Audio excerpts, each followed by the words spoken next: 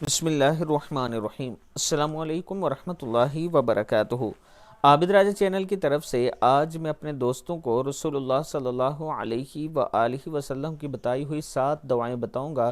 رمضان المبارک میں آپ یہ 7 دعائیں مانگتے رہیں۔ پہلی دعا ہے استغفر اللہ استغفر اللہ استغفر اللہ۔ ایک مرتبہ ہر نماز کے بعد پڑھ لیں اور دن میں جتنی زیادہ پڑھ سکیں اتنا بہتر ہے۔ دوسری ہے اللہم انت السلام ومنک السلام تبارکت یا ذا الجلال والاکرام۔ یہ بھی ایک مرتبہ پڑھیں۔ لا الہ الا اللہ وحدہ لا شریک لہ لہ الملک ولہ الحمد وہو علی کل شیء قدیر۔ اللہم لا مانع لما اعطیت ولا معطی لما منعت ولا ينفع ذا الجد منک الجد۔ ایک مرتبہ یہ بھی پڑھ لیں۔ اگلی ہے اللہم اعنی علی ذکرک و شکرک و حسن عبادتک۔ ایک مرتبہ یہ پڑھ لیں۔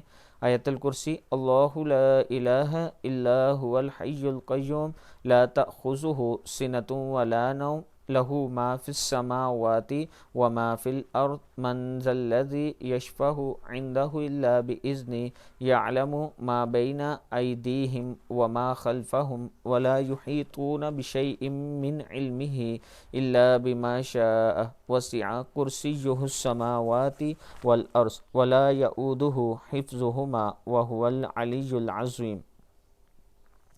اس کے بعد سورہ اخلاص، سورہ فلق اور سورہ ناس ایک ایک مرتبہ پڑھ لیں۔ بعد نماز عصر بعد نماز فجر 3 مرتبہ، بعد نماز ظہر 1 مرتبہ، بعد نماز عصر 1 مرتبہ، بعد نماز مغرب 3 مرتبہ اور بعد نماز عشاء 1 مرتبہ۔